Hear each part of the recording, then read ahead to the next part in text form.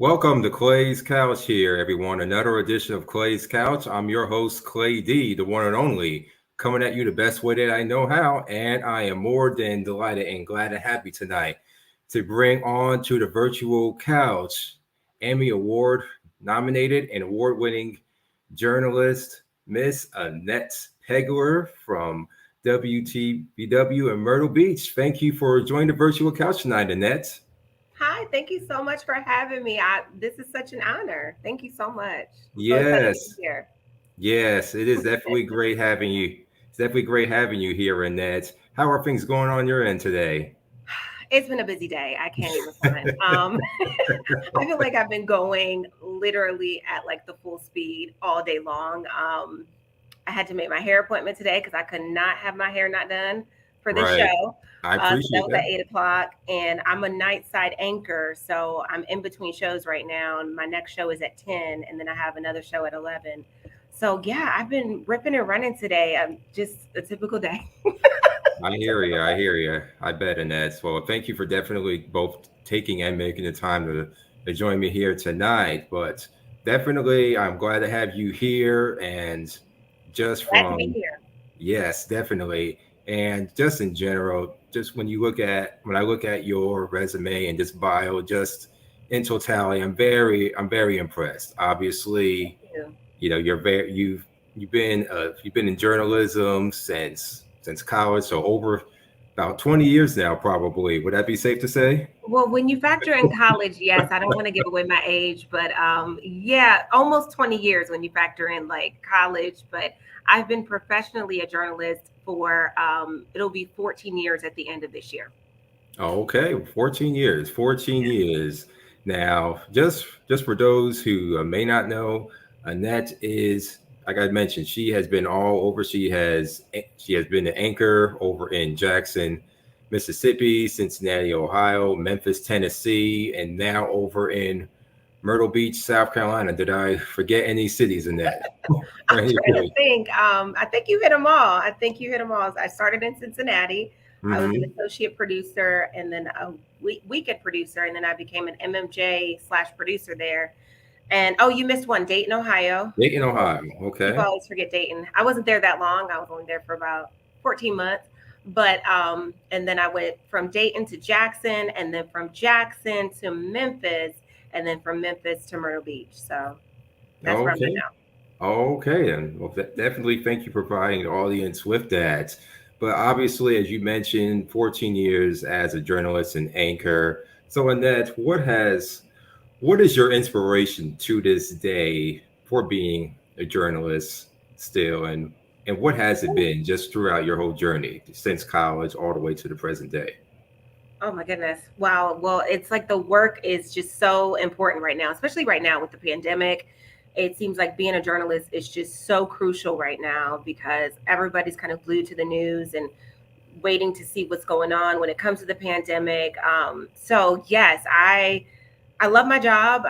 There's Right. days where I'm like, why did I choose this? And then there's days where I'm like, this is why, I'm in this career because of the passion. But what inspires me on a daily, I would say, first and foremost, definitely God, my faith. I'm a Christian. I'm big into my spirituality. So that's really what drives me every day to get up and do this job. But also my family, just being able to make them proud. And my mom is so funny. Every night she watches me. You know how moms can be. Yep, I Oh, do. you forgot to curl that one part of your hair, or hey, your cord's sticking out. But I appreciate her because she is so honest, and I need that honesty to make sure that I'm always on point. So my family is an inspiration to me, my spirituality, and just also what drives me every day. What inspires me is being able to inform the public. I don't take this job lightly. I don't take it for granted, and to be a representation for brown women, for brown girls on this platform, it's just been great. I really appreciate it. I've had a lot of highs, I've had a lot of lows in the industry, but I am just so happy to be able to be that representation for African American women on the TV screen. That's wonderful. And you mentioned about how much of an inspiration your family isn't such as your mother. Now, I don't know if you've seen the other day where there was a news reporter on assignment who was interrupted by his mother acting very, very giddy, happy, and supportive. If you know what I'm talking about I know there. exactly what you're talking about. I actually reposted that video Oh, today because I thought it was hilarious. And that's something that my mom would most definitely do. You know, yeah, it's so funny definitely. seeing his reaction because he's like, Mom, like, come on, like I'm working. Like and she's like, Hey baby, hi baby. So, you know, moms are just proud. But that video was hilarious. And that guy, he had no idea that the photographer was rolling and he was on GMA this morning and it Oh, went really? viral. It went viral. Yep. Wow.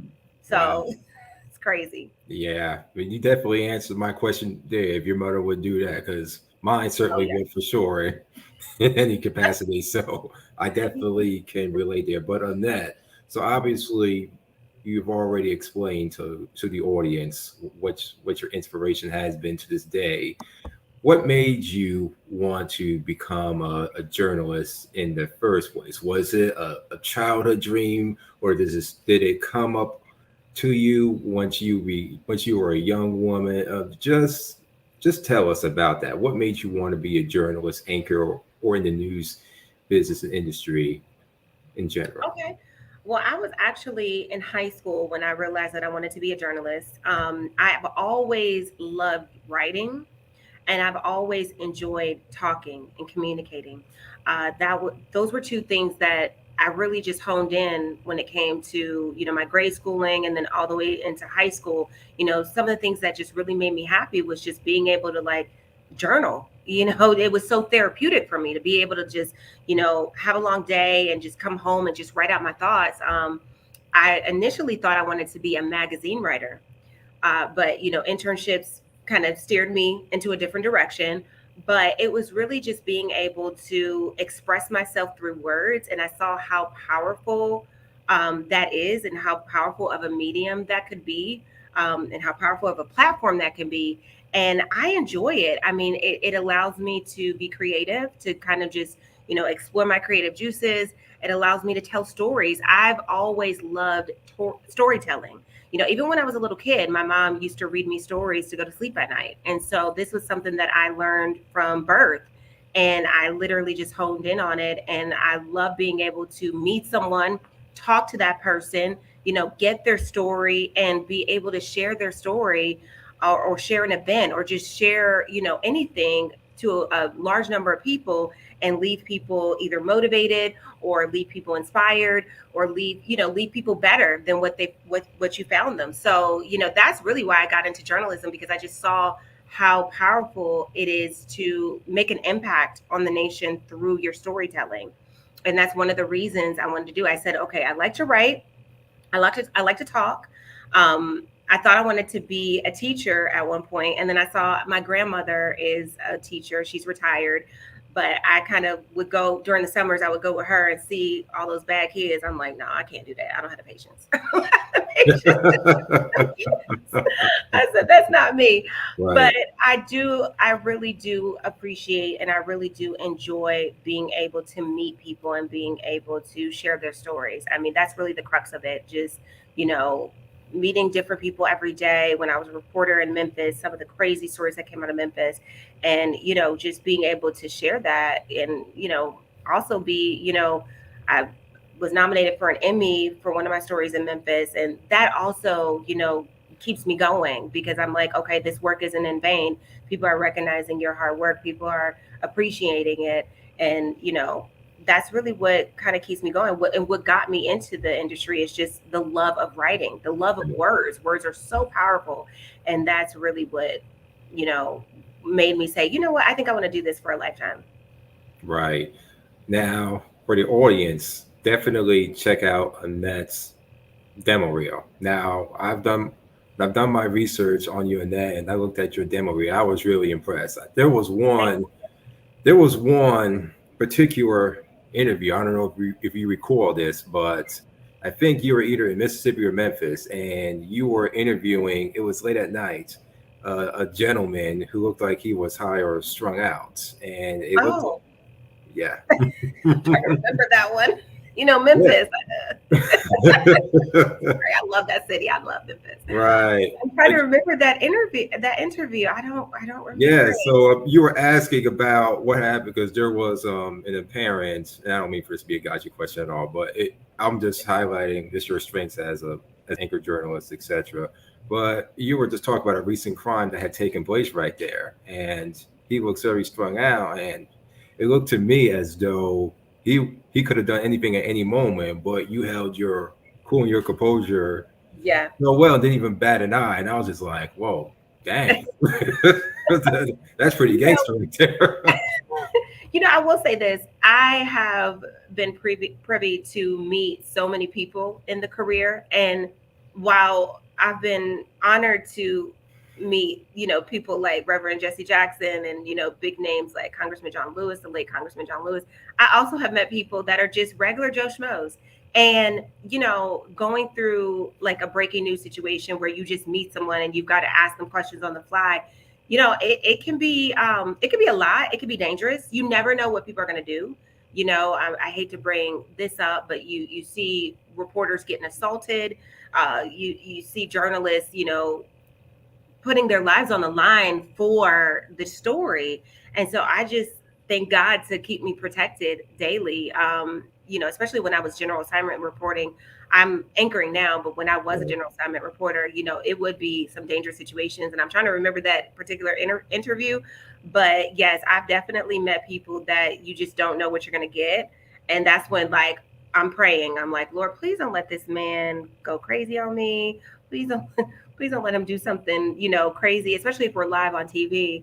But yeah, it happens. It comes with the job. And I think you can't be, a meek person in this position. You have to, you have to be brave. You have to be confident. You have to go and run and get after it and get the stories. And you're going to meet some people that you're just like, okay, I'm not quite sure about this person, but he was here. He saw the crime. So let me just, talk to him. Right. Wow. That's real good. Was there ever a time when you were on the field doing general assignment work and you felt as though, okay, this is real dangerous, guys? Like we might need to pull back a bit. Was there ever a time Yeah. like that? Oh, yes, absolutely. So when I was in Jackson, Mississippi, I was an MMJ. And so for your viewers that don't know what an MMJ journalist is, that's someone who goes out, shoots, writes, or goes and shoots the story, come back, writes it, edit it, and then have to go back and present it live for the newscast. And so they call them one-man bands, multimedia journalists. And I did that for about 4 years, nearly 4 years in Jackson, Mississippi, when I was an MMJ there. And I definitely was in dangerous situations. I remember distinctly being, I worked the night beat. So Mhm. there would be a lot of crimes that would happen at night. And I would have to go out there with my camera by myself. And, I wasn't carrying any type of protection. I had mace, but I didn't have Right. anything where if something really did go down, that was going to really protect me. And there was a situation where I pulled up to a scene that it had already cleared. It was a homicide that had happened like a little bit earlier in the evening that had already cleared, and there was no police there, but there were still community members there, just hanging out, you know what I mean? And my boss wanted me to go live for the that would have been the 10 o'clock news. And I didn't feel safe. I was by myself. I didn't have any protection. It was pitch dark. And I told her, I was like, I'm not going to be able to do that. I did get written up for that. Ooh. But at the same time, I think it's important to say that because I think when it comes to local news, it can be dangerous. Right. And I don't know if you saw, I'm sure everybody saw that clip with that girl getting hit by a car, that Yep. reporter that got hit by a car. These are things that happen in our industry, that happen in the field, and you have no protection, especially when you're a one-man band. You have no protection out there, and you're just kind of winging it. And for something like that, that poor girl, thank God she was okay, but it doesn't always, turn out like that. And so I just thank God that I was able to stay protected because in Jackson, I didn't have a photographer. I mean, there would be maybe occasionally, like once, every few weeks, where they would have an extra photographer on hand and they'll be like, okay, now you can take this photographer. But my position was MMJ, multimedia journalist, one man band. So it was my responsibility to go out there and do it all by myself. And there were, I remember a handful of times where I was like, I don't feel safe. I told my management, look, and you have to speak up, because if something, God forbid, happens, that's your life. That you have to protect yourself. And so if you don't have that, that other protection, where if a shootout happens, I mean, these are things that just happen in Jackson, where Right. you would have homicides, you would have armed robbers, you would have like really dangerous scenes, and we would have to go out and cover them. And if you don't have that protection with you, you have to put yourself first. You have to keep your safety first. And it's like, okay, the job is going to be here, but Annette might not be here. So Yeah, let me put Annette first, and let me make sure that I'm okay. wonderful. Well, folks, I'm enjoying this conversation, but we gotta take a quick break here, right here on Clay's Couch. We'll be right back in less than a minute.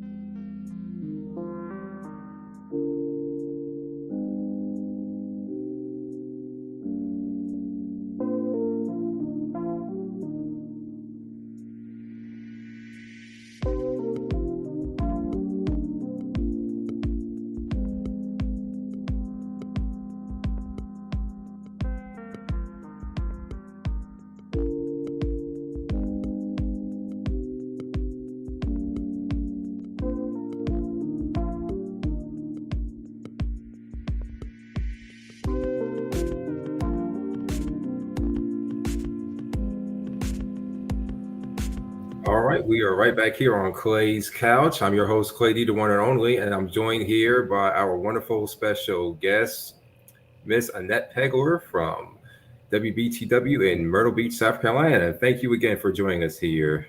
Thank you for having me. This is an honor. I love the show, and I'm just so thankful to be a guest on here. Thank you, thank you, thank you.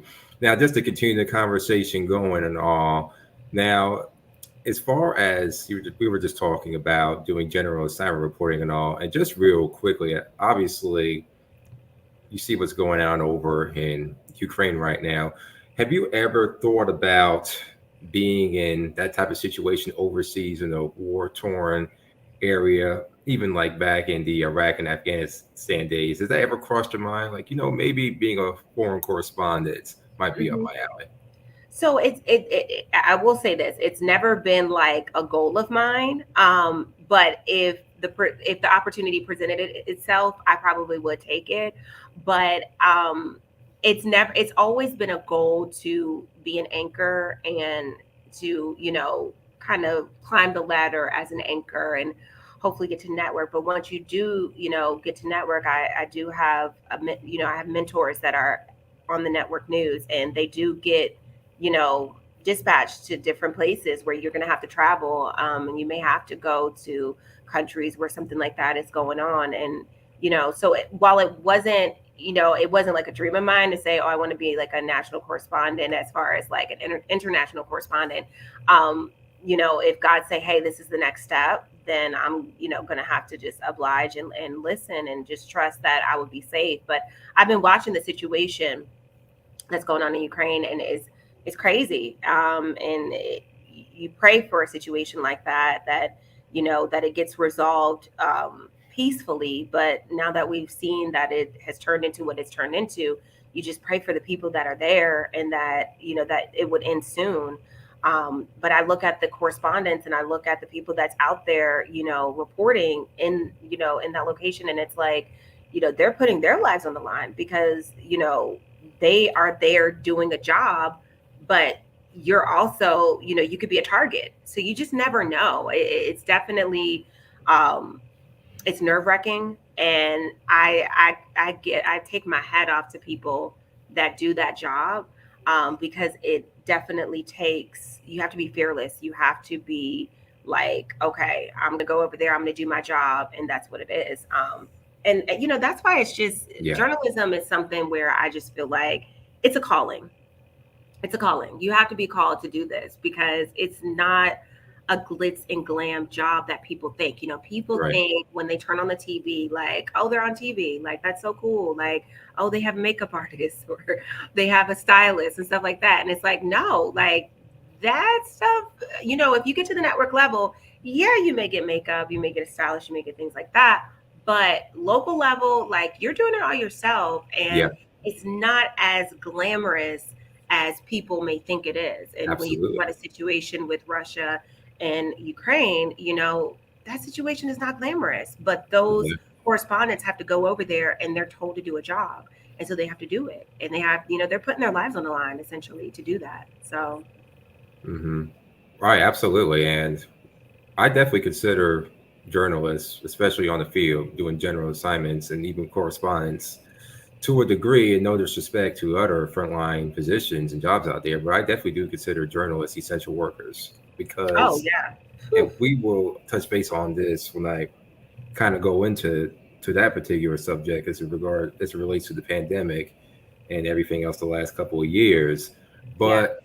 But just in general, we definitely do need to make sure that our reporters' general state of mind, well-being, and mental health is intact. You guys and gals are reporting the news for us, but we also have to remind ourselves that it takes a toll on your health as well. So Yes. there are a lot of times where I keep you in my prayers, especially because I Thank you. know what the last couple of years had been like. Obviously, I'm not necessarily a full-fledged journalist myself. I'm just a little old podcaster. I'm just joking, but I'm just You do a lot, Clay. I remember I when I met you at NABJ. You do a lot. I appreciate that.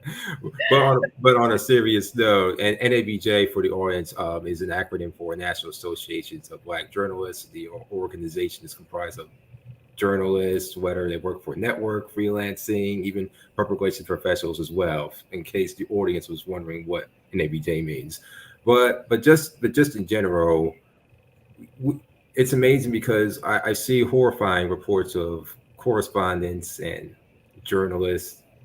Obviously, tragic things happen, and I really don't want to get into those Yeah. unfortunate details. But it's important that we have to we have to remind ourselves that you are a human too. And even if this is a special message to any newsrooms out there, the executives or human resources, take care of your journalists. Take They're care of doing your a service people. for us every day. So, Yeah.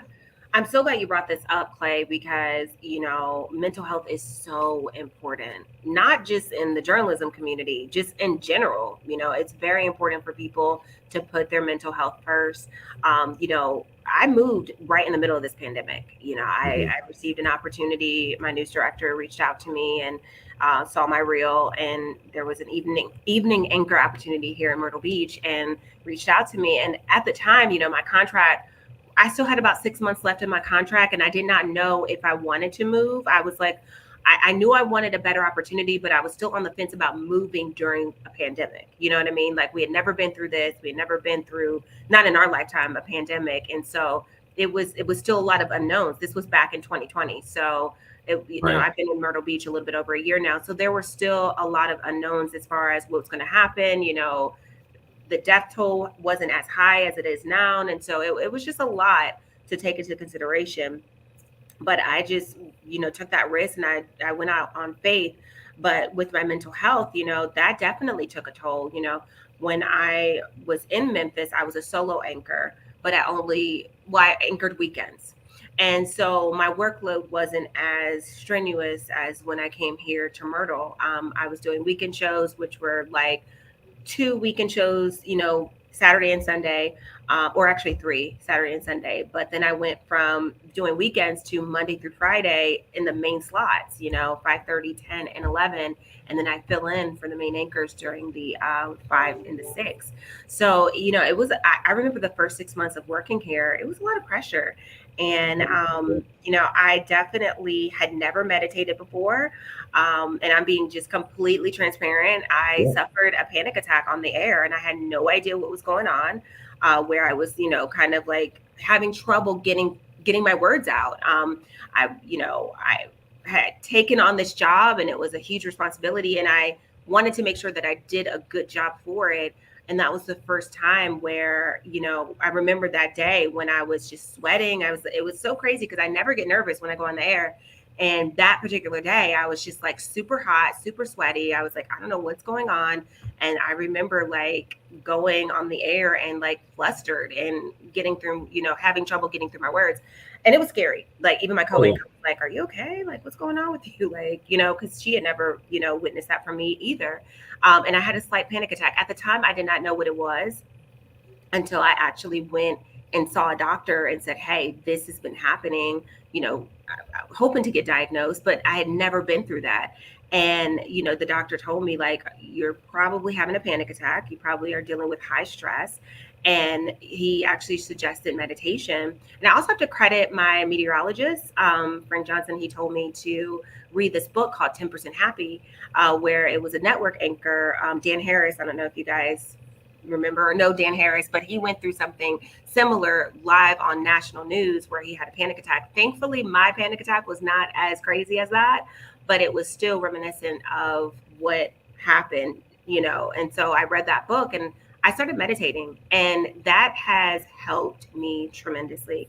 I think it's important for us to take, our mental health seriously, but also to put our bodies first.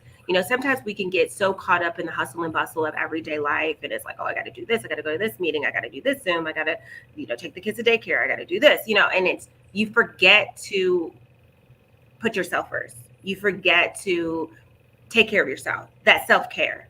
And, I don't have any kids, but I was literally immersed in my work and I was literally forgetting to take care of myself.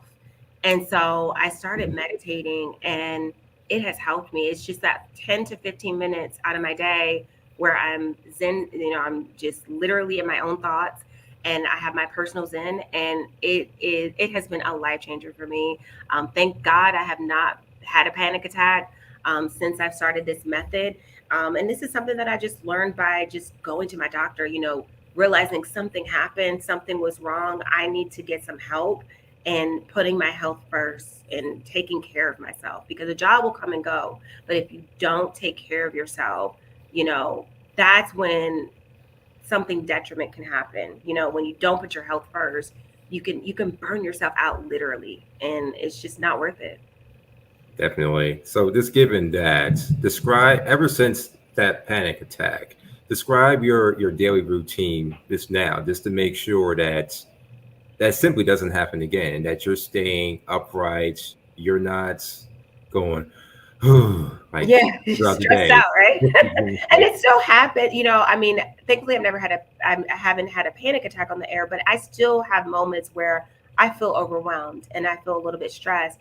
And that's when I'm like, okay, Annette, what can you do to separate yourself, like from that job? Because being a journalist, you can tend to be on these 24/7, be on your phone 24/7, or being on social media all the time. And, even my boyfriend, he's like, you're on social media a lot. Like, you need to calm down. Like, and I have to literally like check myself and be like, you know what?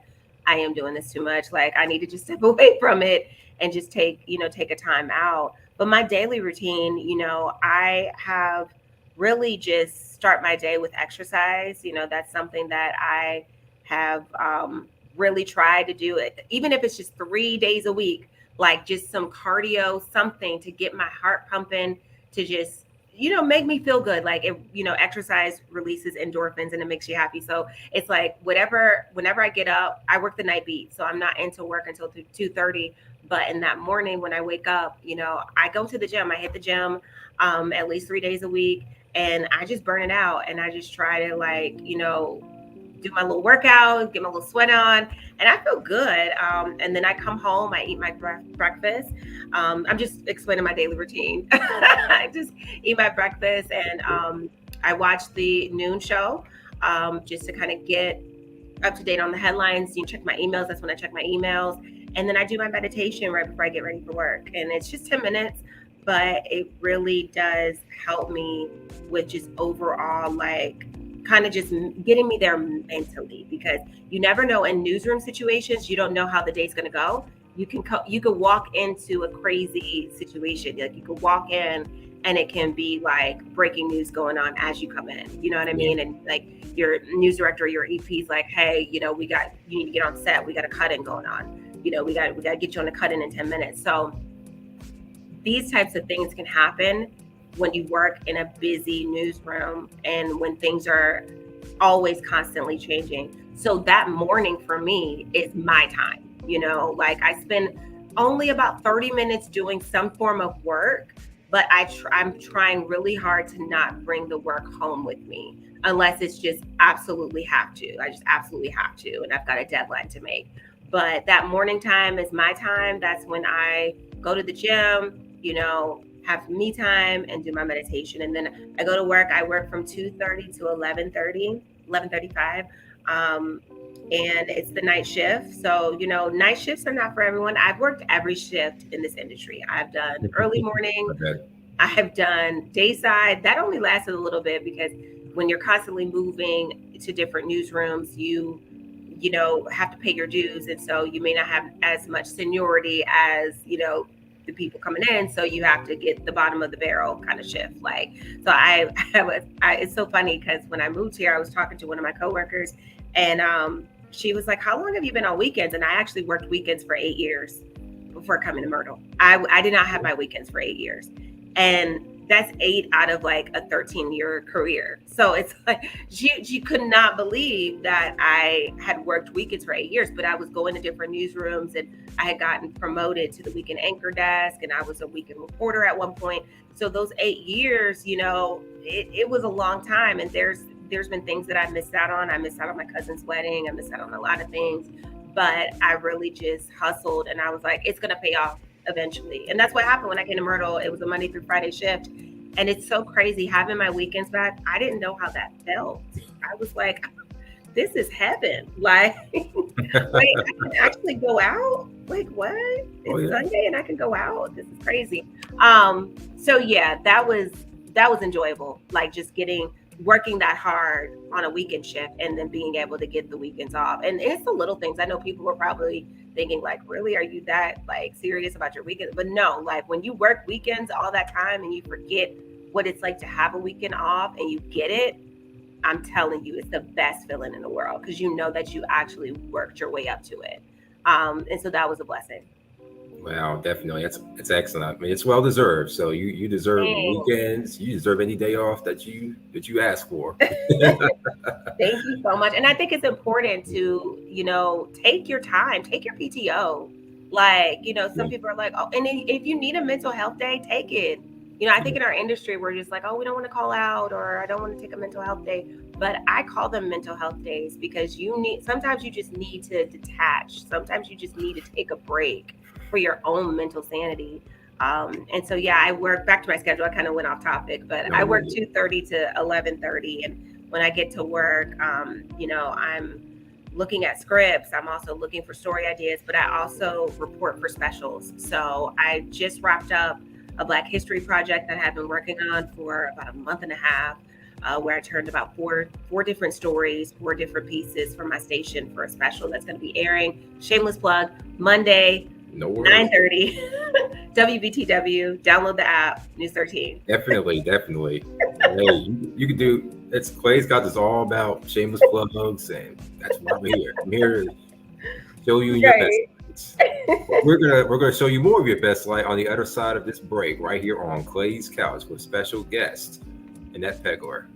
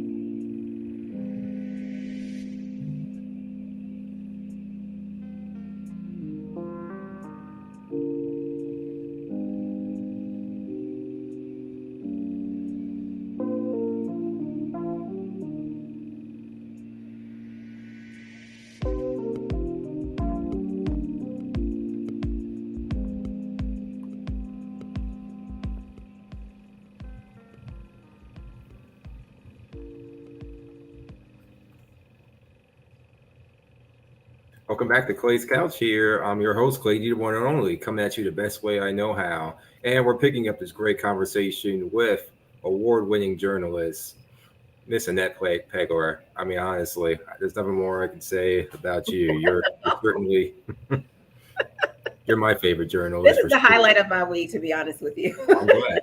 Yeah, it is. Mine's too.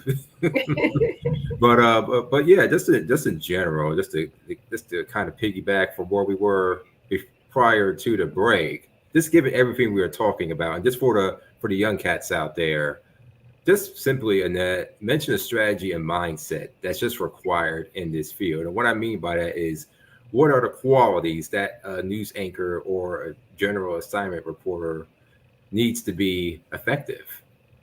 Yeah, so it's not for the fainted heart. Let me just say that.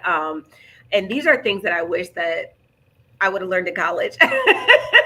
Not to say that it would have steered me in a different direction, but when people are interested in being a journalist and going into television, especially particularly news, you have to realize that first and foremost, you may not make a lot of money starting out.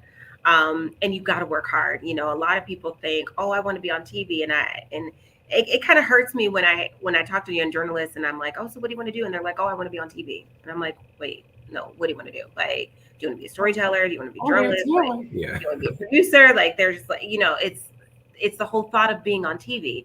And it really has, I mean, even though that is the big medium of it, it's so much work behind the scenes. And so my advice to young journalists would be, if you're hungry, get an internship. That is the best way to kind of get introduced to this type of field, to see what you would be doing as far as news. Be ready to pay to work for either little pay, or if you're in an internship, it may not be any pay, but it may pay off in the long run because you're getting that experience. And that's the best thing that you can get in this field is experience. A lot of young journalists are like, well, do I need to go to grad school? And trust me, I'm actually looking at grad school programs right now. Grad school it's not for everybody, but it's not bad, but it's not needed if you want to go into television news. My managers look at experience. They want to know, hey, do you know how to shoot? Do you know how to edit? How's your social media presence? How's your writing? Writing is such a big crux of it all. Like, you have to be a strong writer. You have to be a great communicator. You have to be able to, be a go-getter, to get your feet and your hands dirty. You never know what kind of story you're going to be put into. And so you can't be afraid to get a little dirty. Especially, I spent many days in Mississippi on cornfields and all types of stuff. So I've ruined a lot of pair of shoes. But but no, it is a career where you do have to put in the work. You have to put in your time. That is the main thing. You have to pay your dues and you have to pay your time. And sometimes, the good jobs, I don't want to say the good jobs, but the high paying jobs, you have to work your way up to that. I remember my first job in the business, I was getting paid like $32,000, and people thought that was like amazing. Like, I thought it was amazing at the time. I'm like, that's good, and my mentors were like, 32, girl, I started at 26. That's good. And that's the reality, because they don't, pay journalists entering into the field. You're not going to get a high salary. And so don't go into this field for the money. If you go into this field for the money, you're not going to last. You're not going to last, because you're not going to get paid a lot of money. I mean, it's just the reality of it all. But as you put in the work, as you get your experience, as you pay your dues, that salary will eventually come. It's just not going to come right away. And so that's definitely what I would tell young journalists is, if you want to be in this field, if you want to be a journalist, get your experience, get your chops, get your resume out there, get some work under your belt. Don't be afraid to do the behind the scenes work. I started as a producer, and to be honest, like, I'm glad I started like that. I was not put directly on TV. I actually didn't get on TV until about maybe almost 2 years in the business. And for some other people, it takes years to get on TV, so I felt like I was doing pretty well with just having to work behind the scenes for 2.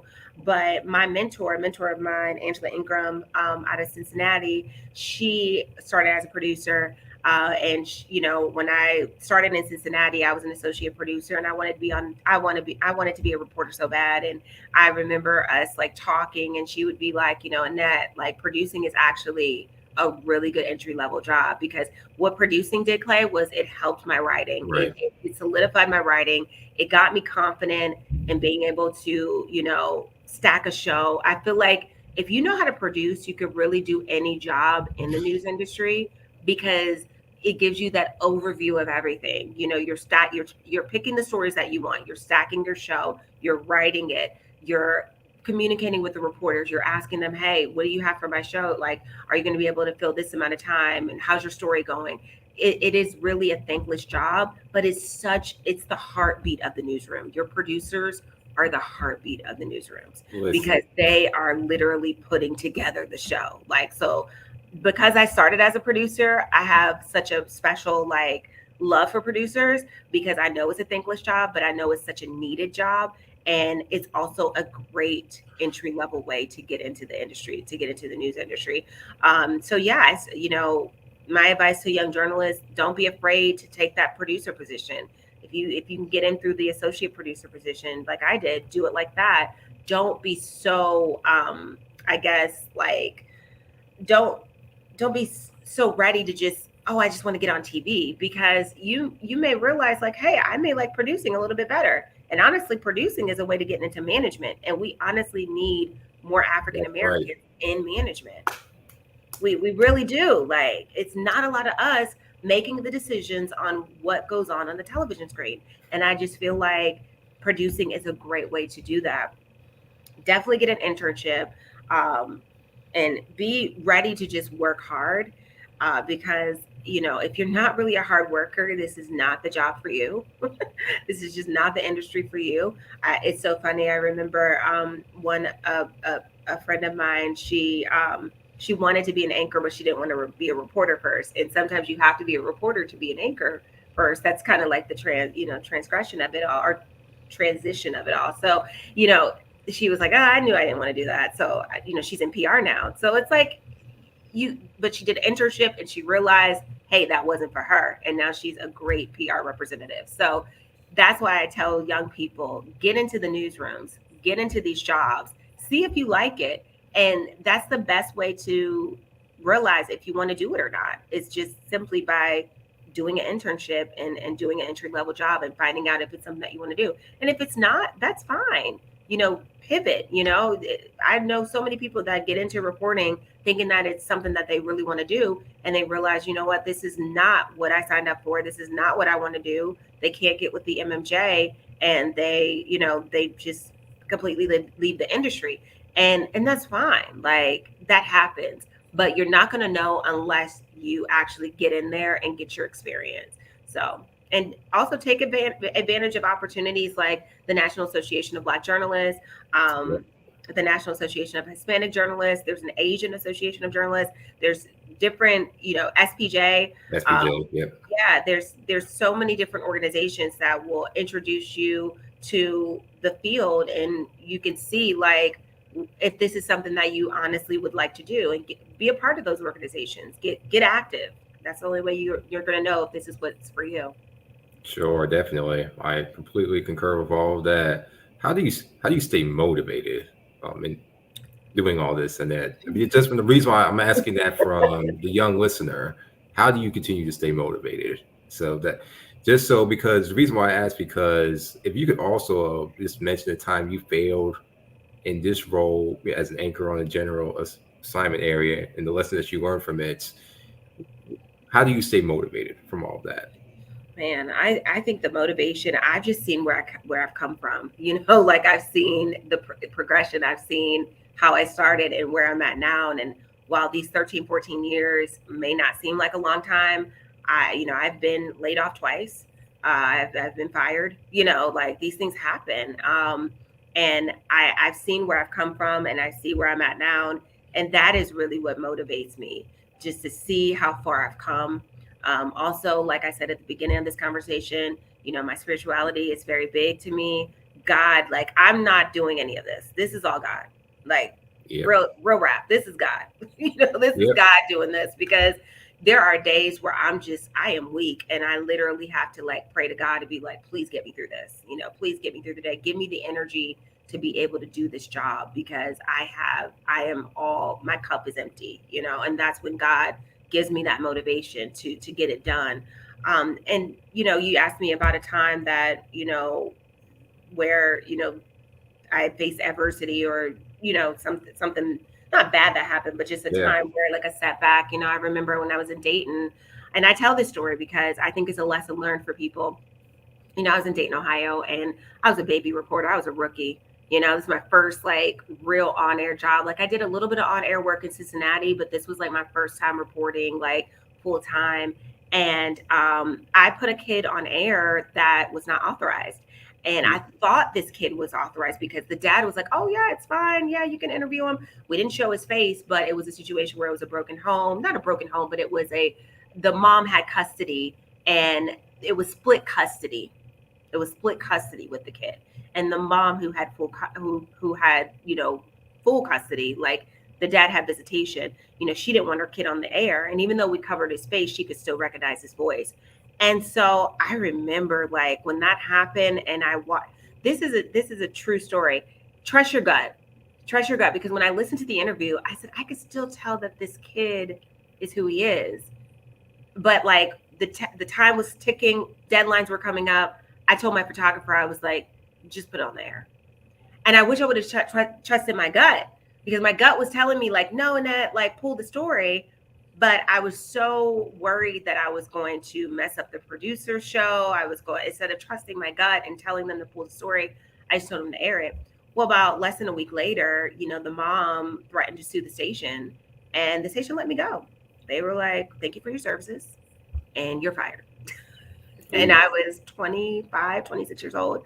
And I was just like, what do I do? Like, I don't have a job. Like, what? Like, it was a lot. And I hit a depression. I didn't know what I was going to do. I had to move back home with my folks because I didn't have money saved. And thankfully, I had that option to move back home with my mom and dad, who were able to house me. But it was definitely a lesson learned. It taught me a lot. Not only trust your gut, but make sure that you cross your T's and you dot your I's. You gotta check everything, no matter what. Double check it, triple check it. Make sure this is a job where you can't. The littlest mistake, the littlest thing, can cost you your job. And so that's what that taught me, just to be, really vigilant when it comes to the work, and also to make sure that all your stuff is in a row. Wow, definitely. I definitely could tell that God is how you're working so well under pressure all the time, and obviously I can see the fruits of that labor all right here. So Thanks. Big kudos. But we're gonna take a quick break, and we're gonna pick this conversation up on the other side with Annette Pegler right here on Clay's Couch. Hey, how y'all doing? Come on down to y'all some of that pop bourbon. Dedicated to my father, Lloyd Dukes, the legacy. He loved bourbon, so today we share the world. Be a part of the series. Come on down.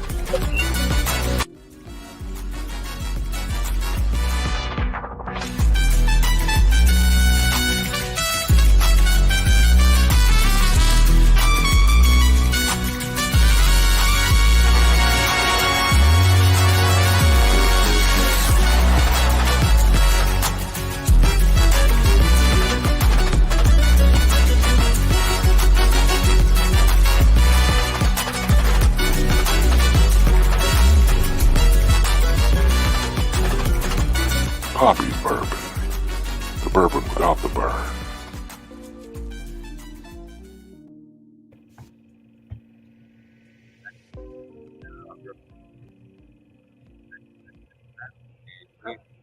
I can't hear you.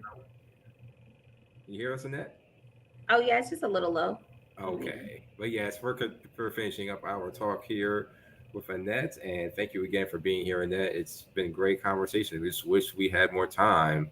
Yeah, I know, right? Definitely.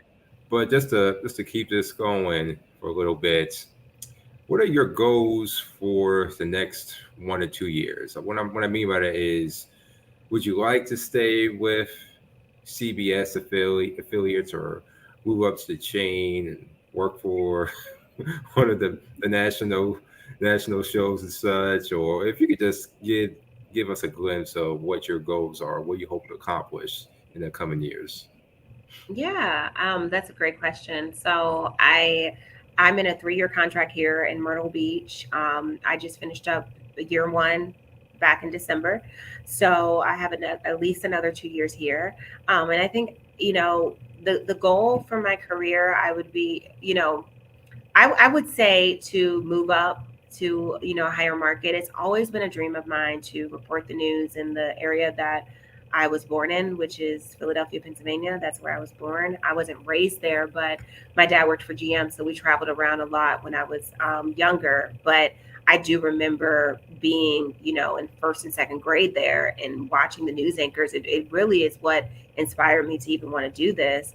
Being able to watch, the talent on NBC 10 or ABC 6 Action News in Philly and see them. My grandfather, God rest his soul, he was a big 6 Action News watcher. Like every morning he would turn it on, and every evening. I mean, that was his news, and it made me proud when I did become a journalist to be able to show him my stories. And he was like, yeah, I know you're going to be on that Philly news station one of these days. Like, I know it, and it would be such a blessing, him looking down and seeing that happen, from heaven. So it's definitely a dream of mine to get back closer to home. Whether that's Philadelphia or DC or just somewhere in the Northeast corridor. But it's not, if it happens, it happens. If it doesn't, what I've noticed, what I have to take heed to is that I never would have thought Myrtle Beach was on the list. You know what I mean? And I've just been kind of like following the journey, whatever God has for me.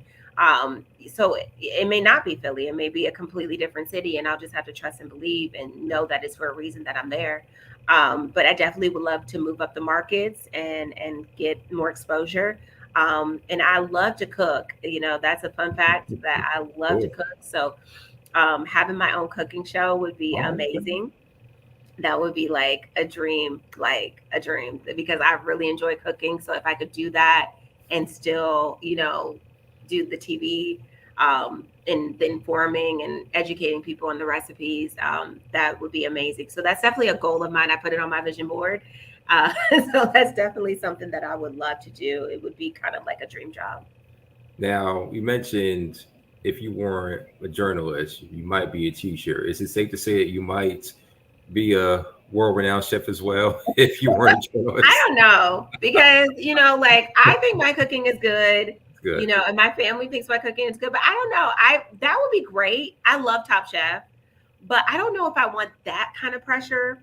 I just like to cook for my friends and family, and they eat a meal by me and they feel good inside, so I would be happy just I don't really want to own a restaurant or anything like that, but just where I can cook and inspire people to make good dishes. And that would be, my goal. And so the whole chef of have a restaurant, not so much. But if I have a platform like this and being able to just have a following in that realm, that's definitely something that I've been really thinking about hard this last year, and just wanting to just kind of take off and just do it. So you should have a big old Friendsgiving then later in the year. I'm just saying, Friendsgiving. Yeah, I'm just saying. Come over. Okay, all right. I'm just saying, so I can have your cooking. Yep, that's totally fine. So as far as just mentors, first of all, if you're willing to disclose, who are your mentors and what have they meant to you throughout your journey? If you're willing to share that. Man, I have so many mentors. I really don't want to name all of them, That's but fine. Angela Ingram, definitely a great mentor to me. Diane King Hall, she's a recent mentor that I just received, and she's been great. She is on CBS News. Anne-Marie Green is another one that's given me great advice. God, in this industry, Anita Blanton, she just got a job in Chicago. She's also an amazing journalist. God, I don't want to name so many, but these are just women that I look up to, that have been in the field for a long time and that have, just given me advice in the career and kind of like, look at my reel and tell me, what I can improve on. And Janelle Walton, I can't forget Janelle Walton. Janelle Walton's one of my first mentors in this industry. She's no longer in the industry, but she was a Cincinnati anchor for years, and I was her producer on her show when I first started in Cincinnati. And that woman has given me so much advice and just feedback and just made me a better professional. She's been great. She has been absolutely amazing. So yeah, I mean, I just thank God for the people that I've been blessed with to have in this industry, kind of like just help me just, retain my goals, but then also just help me like just become a better journalist. These are all women that have, broke barriers, and they've done some amazing things in the journalism career. And so to be able to have their advice has been like, I couldn't pay it back. It's just been great. But that's why I'm, I have my mentees too, because it's like, when somebody pours into you, it's just so important to be able to give that back. And so I do have mentees that I try to help. And if hey, can you look at my reel? Can you tell me what I can do better? I try to pay that forward, because that's the only way that, we will thrive in this industry, is by giving back and, pouring that knowledge into someone else. Oh yeah, definitely. And how is the support from your sorors? I definitely do see that you're very active with the Deltas out there. And Hold on now. How have you found a good swath of support from Delta? Yes. Oh my gosh, I have mentors in the sorority too. Carlita Goff, Janet Lawrence Patton. Like, yes, like I am a part of the Conway alumni chapter here in the Myrtle Beach Conway area of Delta Sigma Theta Sorority Incorporated. I pledged at Hampton University, Gamma Iota. We just celebrated 75 years 2 weekends ago. I got my life. I went back to college. No, seriously, but I love my sorority, and I love being able to give back through the sorority. It has been just a blessing to be a part of the chapter here, and they are very much business-minded ladies, and we do so much for not only the Conway community, but Myrtle Beach here. And to be a part of that organization, great. I mean, that was a lifetime commitment that I made, and it was such a good move for me to do, to become a member of Delta Sigma Theta Sorority Incorporated. Good, glad to hear that. Now, what have the last 2 years been like as far as just race relations and the racial reckoning in this country, as it pertains to you as a Black female journalist? What has that experience personally, professionally been like for you? If you can just provide a Cliff Notes version to the best. Yeah, I think, if I can give any advice to young Black women or just Black journalists in general, we're in 2022, and you would think that things have definitely improved. Things have definitely improved. The fact that I am a main anchor in a Myrtle Beach market speaks volumes. So we have come such a long way. But although, and that's why I said at the beginning of this conversation, like, I don't take this platform lightly. I know I'm a representation for brown girls, and I definitely am appreciative of that. But at the same time, you do have to work harder when you're, a Black person, unfortunately. It's just the way the life is. I work my butt off, and sometimes I'm like, I get home and I'm like complaining a little bit, but then I have to realize, like, knowing that, like, God put you on this platform for a reason. Just do the work. And I think once we get past that, like, you'll be such a better person. Like, you're gonna have to work 10 times harder. It's just what it is. I wish it was different, but it's just what it is. But I know that it's paying off, and I know that it'll pay off even more. So being a Black journalist, I think, has been great, because I'm a representation of my community. I it's great when I get emails. I got an email from a young lady and she was saying, you're doing such a good job. And sometimes you get those nasty emails too.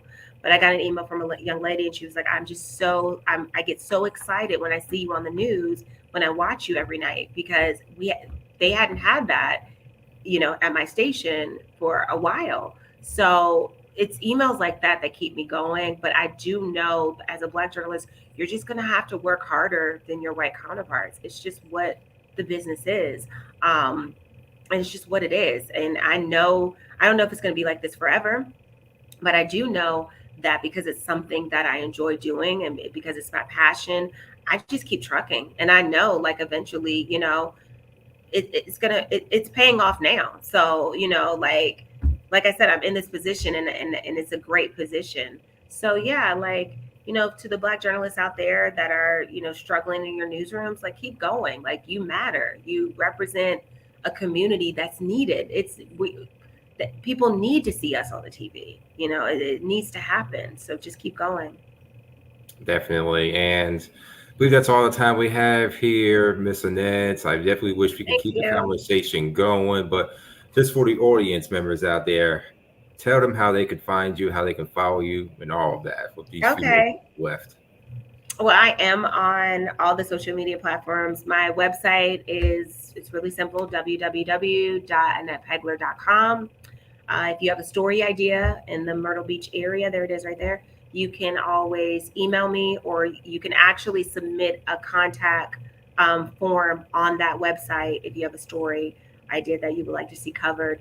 I'm also on Twitter, Annette_Eva. I am on Instagram, Annette_Eva. I'm sorry, my Twitter is Annette_Pegler. My Instagram is Annette_Eva.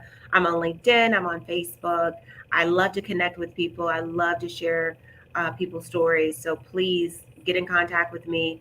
And I'm a communicator. I'm a Virgo. So I'm going to get back to you. It may take me a couple of days. I will get back to you. I will communicate. Well, thank you again, Annette, for joining us here. And hopefully maybe next time we can do Clay's Couch in person. Conversation in Myrtle Beach, for sure. That would be great. And thank you for this platform, and thank you for doing what you do, Clay. This is an amazing platform. So I really appreciate, being able to be on here as a guest today. All right. Thank you. And we love having you as well. And thank you, folks, for tuning in tonight on Clay's Couch. We will be back next week at 8 o'clock live. So right here, and just stay tuned for our guest announcement on that, as we are still working that through. But thank you for tuning in again tonight. Definitely, please do follow Annette Pegler on all social media channels, as well as downloading the WBTW app on your phones, especially if you live in the Myrtle Beach, South Carolina area. Thank you, everyone, for joining tonight. Have a good evening.